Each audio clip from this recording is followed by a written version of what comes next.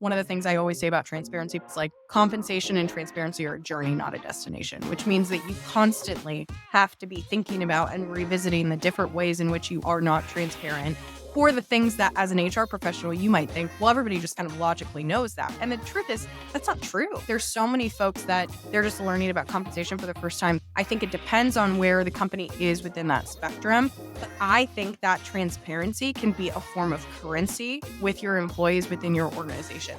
Hi, I'm Ted Blosser, CEO and co-founder of WorkRamp, where we're redefining the corporate learning space with the world's first all-in-one learning cloud for employee and customer learning. Welcome to the Learn Podcast, where we learn from the biggest leaders in SaaS and hear what makes them successful. Hope you enjoy the show. Hey everyone, welcome back to the Learn Podcast. We have a great guest here with us today, Lexi Clarke, Chief People Officer at Payscale. Thanks for coming on, Lexi. Thank you so much for having me. I'm excited to jump in today. Well, let's get kicked off with some background on yourself. Give us your elevator pitch on who you are and what you do. So, Lexi Clarke, Chief People Officer at Payscale. I joined Payscale all the way back in August of 2020. So I did the remote onboarding. And prior to my time at Payscale, I was a customer of Payscale. So joining because I was excited and passionate around the products and services that Payscale offers from a product perspective.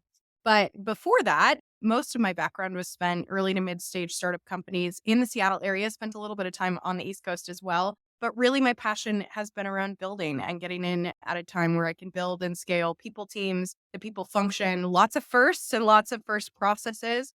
But ultimately joined Payscale, they were around that same journey. So the company had been around for a while. We were about 300 employees in 2020. And now we are pushing 750, close to 800. And we are wildly distributed throughout the US. We're in the UK, we're in Canada. We've got an offshore office in the Philippines as well. So lots of growth. Lots of fun scaling, rocking and rolling times in the last few years. But my role every single day, I focus on our people and all things related to our people and our strategy.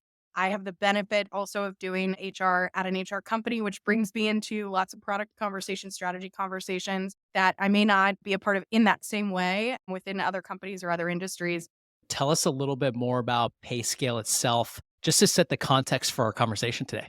Payscale in and of itself, we've got 10,000 customers. We work with more than half of the Fortune 500. And I would think about us as a full lifecycle resource to all things compensation. And so we're most known for our benchmarking products. That means matching every single job. I think we match somewhere around the 27 million jobs annually across 198 countries. We've got data offerings that are embedded in our products. That is everything you would think about in terms of compensation data.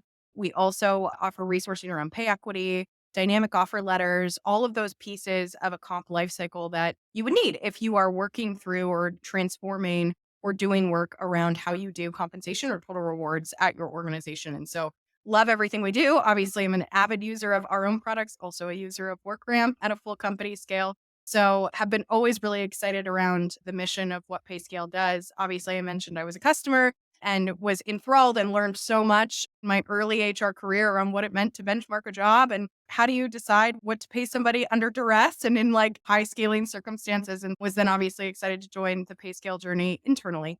Well, thanks for that background. And when you think about compensation, I didn't really learn this until later on in WorkRamp's evolution, is how important it is to get right in those early stages. It's like finger in the wind. Let's just guess on that compensation, but it's probably the number one contract you have between an employee and an employer. And so you got to make sure you get that right. So for today's conversation, I want to talk about three big things. I was doing my research on yourself. One is, let's talk about compensation. You're obviously the expert there. Two, you've been talking a lot about being a remote first company now through and through. So I want to hear how that's going. And if we have time, let's jump into learning and development for our audience. But let's start with compensation. And so you guys have a very unique viewpoint. Give us your view on compensation in this market, especially when you have big companies like the Microsofts of the world not giving out compensation as freely anymore. How are you suggesting people approach compensation? And let's call it more of a tight market these days. It's been quite the couple of years, right, in terms of compensation. I mean, we went through whatever you want to call it in 2021, great resignation, reconsideration, and then the white hot, I think, labor market followed, just these massive, massive cash offers. And now we're in a place where things have started to cool down over the last couple months in the last year or so. I think through and through, if we've learned anything since the beginning of 2020 and even before that, I think transparency is a really key pillar to any compensation strategy. I think a core foundation in data is one of the most important and kind of critical things that you can do as it relates to your compensation process and structure. Just having a really sustainable approach. If I dig into that first pillar around transparency, I think so much transparency is all over the headlines and employers kind of saying, what do I do? Some companies were really transparent, maybe if they were in the tech industry or tech space. Some companies have not been transparent. That transparency, I think, to me, isn't just what we see in the headlines around the legislation. Transparency is absolutely, if you've got compliance or you've got a requirement to share some of that range information, you should be doing that. But I think transparency starts with transparency into decisions and process around compensation. You talked a little bit around like how important you're learning, right? That compensation is from the very beginning. And I think that's so true. I think about that first offer is the first time you have to build or break trust with a future employee. That life cycle then just continues through however long that they are with the organization, hopefully for a long time. And so I think finding those different moments of transparency is really important. Can I ask you about transparency before we go on to some other topics? This is actually a really great point. I don't know if you saw in the news recently with Google's levels being leaked externally to the public. And so people could see literally what every engineer was getting paid. Do you have a best practice that you would give to HR leaders on how transparent is good transparency without, let's say, having the pitchforks come out? It's a great question. And I think different organizations are in different places of the journey.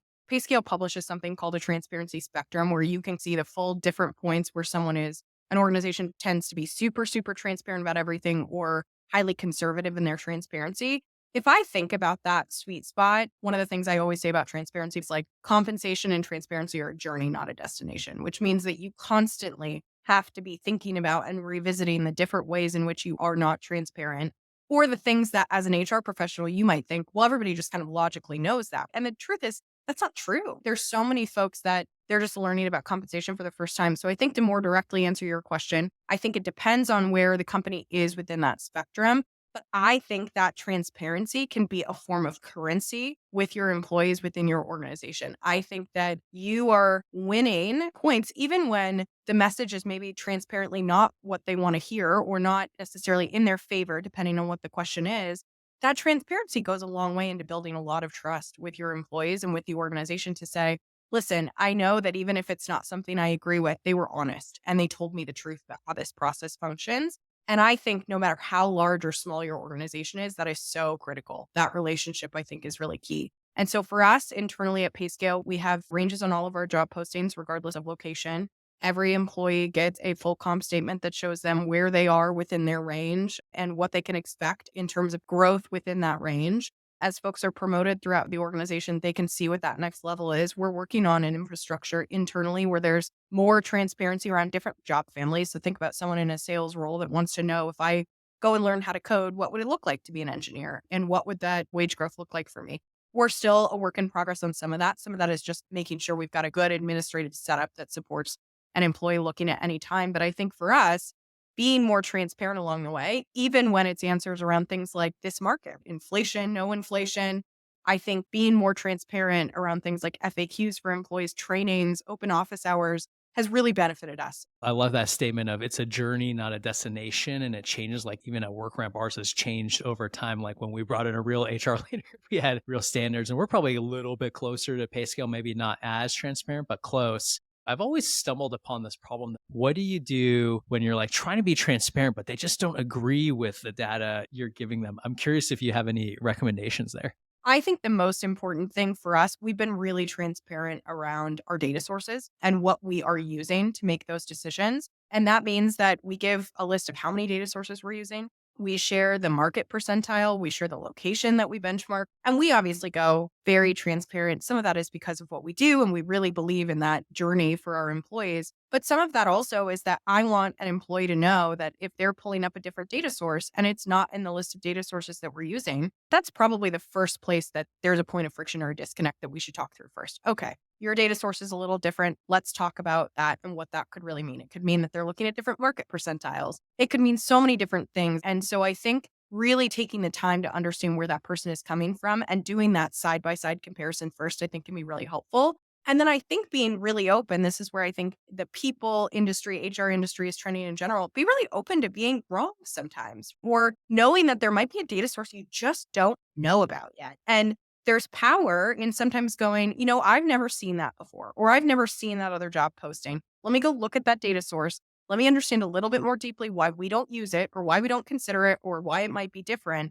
And I'll come back to you. And there's something I think really powerful in that conversation with the employee, as long as you circle back, as long as they know you're doing your diligence and research. And so I think really embracing that transparent dialogue and being really open that there's not always one source of truth on these types of things. You get directional accuracy. I love that. I think your key suggestion is don't shut off those conversations like my data source is the enterprise data source. This is it. It's, hey, let's acknowledge, evaluate, and then have the conversation. At the end of the day, compensation is a negotiation. They can choose to work there or with you, but having that open conversation is much better than a one-way conversation. Hey everyone, want to take a quick commercial break. We're talking to Lexi Clarke, CPO at Payscale, also a WorkRamp customer. We're talking all things compensation, but we also talk about skill development and up-leveling your employees. If you're looking at doing the same with your team, you got to check out WorkRamp. WorkRamp is the all-in-one learning cloud platform for all of your employee learning needs and also your customer learning needs. So if you want to learn more, visit us at workramp.com and check out a demo. Back to the episode.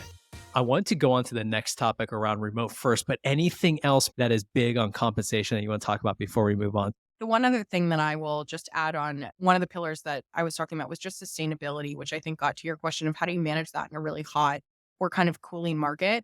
For us, I think internally in just any organization, I think you want to ask yourself those questions in the formation of your comp strategy. I also think you should never set a comp strategy and say, okay, good to go, we're done. That is a great plan. If you are in an annual operating motion right now, like many of the rest of us are gearing up to do in preparation for 2024, it's a really powerful time to go, what has not been working this year? Where have we really struggled with competition, retaining talent, heard a lot of noise through our engagement survey, don't think we're doing well from a metrics perspective? That sustainability, I think, and that data can give you that next point of conversation that you want to have around, is our comp strategy or philosophy really working for us? So that would probably be the only thing that I would add. Is there a trend on sustainability you're seeing? So, for example, let's say in the zero interest rate policy era, everyone's like blanket 12% across the board, like we could afford it. Are you seeing people move to department by department sustainability, competitive sustainability? Like, where have you seen the trends move now that we're not in the ZERP and you actually have to watch where your cash is from a sustainability perspective? I would encourage anyone listening, if you are an HR professional, it is helpful to go read in preparation for conversations with your CFO. So that is really helpful. And that trend is still somewhere on the high threes, low fours% every single year. But that percentage is made up of everything, right? Is that promotions? Is it market adjustments? Is it merit? And so I think as we think about sustainability practices, I think through and through what we have been seeing people do is really anchor into how often they're looking at market data. If you are in a tech company, likely it is normal for your rewards team or for you as an HR person to talk about, yeah, I go and look at my market data at least once a year, sometimes twice a year, depending on if you are in a heavy tech, maybe engineering, where you're competing with some of the big tech companies to try and retain talent. In a lot of other industries, that's not maybe the norm. Maybe they haven't gone and revisited their market data in a year, 2 years, 3 years. And so what that means is that the data they're using to make comp decisions is outdated from the data that their employees are using to go and make those decisions around an offer or staying with the organization or making those big choices. And so through and through, what we have seen is real frequent conversations around how often am I reviewing market data? What percentiles am I targeting? We should be doing that anyway, right? It's a great touchstone, I think, on at least an annual basis, if not more often. But I think the drive for all companies, regardless of industry and regardless of employee makeup, to really get in touch with that market data, I think is really, really big. And then you should utilize some of the things like our salary budget survey or some of those other pieces to think about how you're thinking about retaining talent for the next year or compensation increases for the next year. And then to your point, usually in a SaaS company, one of the biggest investments that you make is people. I think making sure that there is a performance lens on that compensation. I think this idea of pay for performance, it hasn't gone away per se, but it's shifted a lot on what performance is really made up of over the last few years. If you are a chief people officer, it's important for you to also be really in touch with your business and understand what comp recommendations you're making, whether or not that's based off of market data, also is layered in with driving the business objectives forward and performance.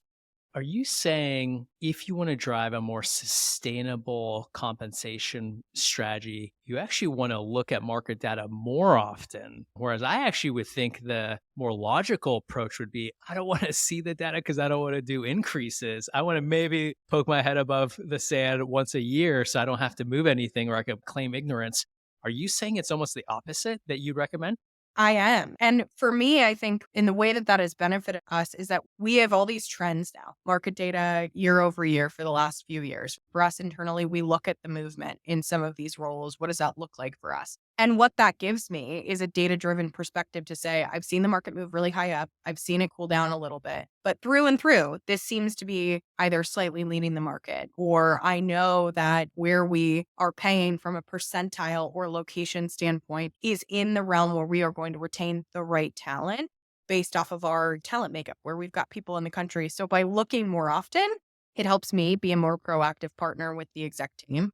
It helps my team, I think, be more proactive around what that sustainable approach could look like with more data. And it helps those employee conversations we talked a little bit about. And how are you going to counter those arguments around, hey, this company says they'll pay me X dollar amount, but you guys aren't. And where's the disconnect there? Really engage in those conversations in the right way to say, listen, I've got up to date market data from the last X months. And I know that these roles are pricing higher, pricing lower, pricing about the same.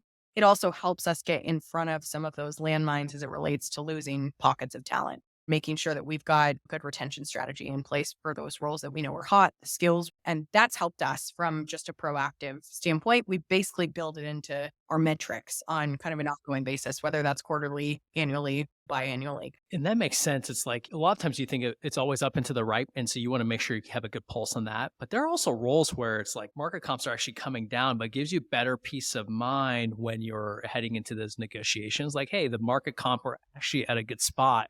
So we can have a very straightforward conversation on those promotions. Okay, let's go to the second topic. I'm going to change this up a little bit. The third topic I'll put into our lightning round, which is L&D. But the second topic, now we're on this compensation discussion. I love to take a compensation bent to the conversation was remote first. You all are all in on remote first. Talk to us about how that's going and maybe with the slant of compensation as well too. Do you have any strong philosophies on remote first companies? The obvious question there's going to be pay by locality. What are your thoughts on that? So give us your remote first philosophies. I'm ready for this. And I'm excited because it's something that I think we've been talking about a lot. So we made the decision as an organization in the fall of 2022 to become a remote first organization and announce ourselves internally as such. Historically, we are right now made up of a lot of different legacy companies that we've brought together since the beginning. And all of those had different office environments. I would say all of those had offices. It's worth noting that point because I think that gives you the landscape of how we made the decision. And what we had noticed as we got deeper into early 2022 is that folks were just not coming into the office. And we had some tried and true folks that love to come into an office, love a routine and some of those things, but we just weren't returning and we weren't forcing people to come back because the thing that was that we were kind of realizing this was working. And we started to play around a little bit in 2022 with getting teams together a little bit more, getting cross functional teams together. The exec team started to gather a little bit more frequently. And finally, I think it was somewhere within, I think the third quarter of 2022, our CEO looked at us kind of around an exec table and was like, I just don't think we're going back. And all of us kind of nodded and we were like, we just don't think we're going back. We were like, okay, but wait a minute, what does that mean? And what would we be giving up? Like sacrifices, pros and cons, all of those good things. And ultimately, we realized that there was a huge opportunity to take the money that we were spending in real estate and reinvest that into T&E and our employees and understand exactly what this remote first thing could really be about. We also knew from some of our research that we do that that flexibility was becoming a differentiator in the market for talent. And that as some of these companies started to go back and make decisions to go back, less and less that you're seeing a lot of roles posted as remote or work from anywhere, anything like that. And so we made that announcement in the fall and then started to figure out, okay, now what does that mean? We had to pivot all of our people practices and kind of all of those pieces. But for us, we took that real estate money, we reinvested it immediately into all of our employees get unlimited We Work in Regis passes. So they can basically go into any co-working space any day they want, use any credits, and it's on us. And that was intended to make sure that we could support the situations where somebody just wants to get out of their house because their coworker, their pet is driving them nuts. We actually are seeing a good amount of utilization. I wouldn't necessarily call it high, but there's definitely spikes in certain locations. And that's one of the things that we're starting to monitor a little bit. But we also are finding that those spaces are flexible enough for big team gatherings. And so over the last, I would say probably 3 to 5 months, we've been really experimenting with that. And so in the end of Q1, we rolled out employee and manager guidebooks, like kind of the strategy and guide to what it meant to be remote first, what to expect from us in a remote first environment. And for managers, how the heck do I manage a team in a remote environment? How do I bring people together? What do I need to do? How do I get budget approval? Kind of some of those tactical pieces. And then we started to build metrics around it. So we just finished our engagement survey. We built a whole remote work and enablement section. Do you feel well set up? We rolled out a stipend that folks could use for anything from, hey, I need a printer to, hey, I really love a walking pad under my desk because I'd really like to walk during my meetings during the day. And we give that out to employees on an annual basis and say, use it in whatever way makes sense. And so we started to really go through a lot of those adventures together, asking for feedback along the way. We're in the midst of thinking about a city ambassador program of sorts where we have a high population of folks in certain areas, and we're going to give them the power and the budget to get their teams together without a lot of support or oversight, if you will, from the people team. So for us, it has really been about heavily investing in how do we make this work? Because we know that we were successful during those years when we had to be remote. And none of these companies were, I would say, remote first. They definitely were flexible before, but big in office cultures. How are we enabling kind of teams to travel? What's too much travel? What's just enough travel? What does that really look like? Now, the next lens is making sure that everybody feels like they can perform up to the standards that they want to perform at as we think about managers having review conversations and goal conversations and connection and community. And so I would say so far, it's going pretty well for us. We've definitely got some kinks and programmatic stuff to continue to iron out, but our employees have been a big voice of feedback. And we've tried to create a lot of channels to hear that because how they're feeling is important too. In the final question I'll ask you on this topic, and we'll move into our lightning round, is compensation. Are you a believer of local-based compensation or global? With this change, we moved away from pay based off of individual location and city location to a nationally based range for wherever folks are. But you'll vary by country. Okay. Is that your recommendation typically? Is if you're remote first, we'll go US based and then differ by country? Some interesting things. If we look at the US, we did a full analysis on high cost versus the nationally based range with the thought knowing we do have people in kind of what would traditionally be thought of as high cost areas.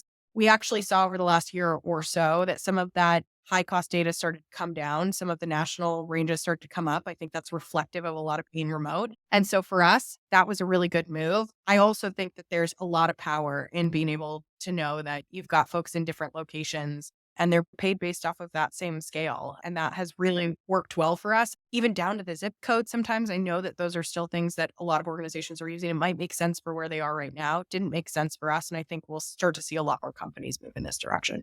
Great recommendation. All right. Our final section is usually called the Learn Lightning Round. I'm going to bring our third topic into lightning round, just making up some lightning questions on the fly. So hopefully they're not too hard. So we're going to do some L&D related lightning round questions. So question for you. So what's your favorite program you either have now or have built? And when I mean program, something like leadership development, give us what's your favorite program.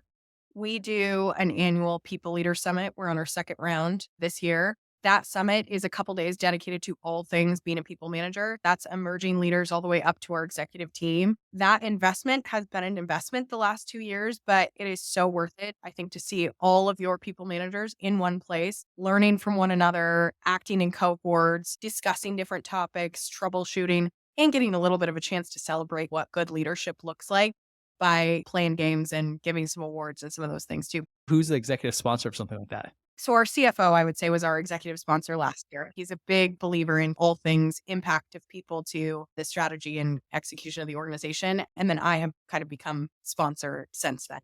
All right. Next question. Looking forward, what's an area you're excited to invest in or you want to invest more in from an L&D perspective? I could always invest more in leadership development. I think there's so many facets and it's so important. I would say the beginning kind of stages of our L&D journey this year. I think more skills-based training for our employees that are thinking about either bettering themselves within their role or thinking about cross-functional movement. How do I become good at X so I can move to X role and promote continued internal mobility? That's the next one that I've got kind of my eyes on. Are you leaning more inwards there for, let's call it, those materials or training programs? Or are you one who has a philosophy that's leaning a little more externally, things like programs that your employees can upskill on externally? If I had my magic wand, I would love to do both. And the balance I would say is that I think there's power in making sure you've got things that resonate for employees internally that they can wrap their heads around that have similar language. But I also think that there's so much power in folks hearing some of what they need to improve on or what they need to continue to learn externally as well. So if I had all the things I wanted, I would do a mix of both, probably a little bit more heavily weighted towards internal with external as an offering as well. Cool. Awesome. Well, Lexi, we're right at time. It was so great having you on the show. This is some of the best compensation discussions I've ever had. So thanks for sharing your wisdom there and also touching on a few other topics as well. Absolutely. Thank you for having me. This is so much fun, and I'd love to do it again sometime. Sounds great. We'll talk soon, Lexi. Awesome. Thank you.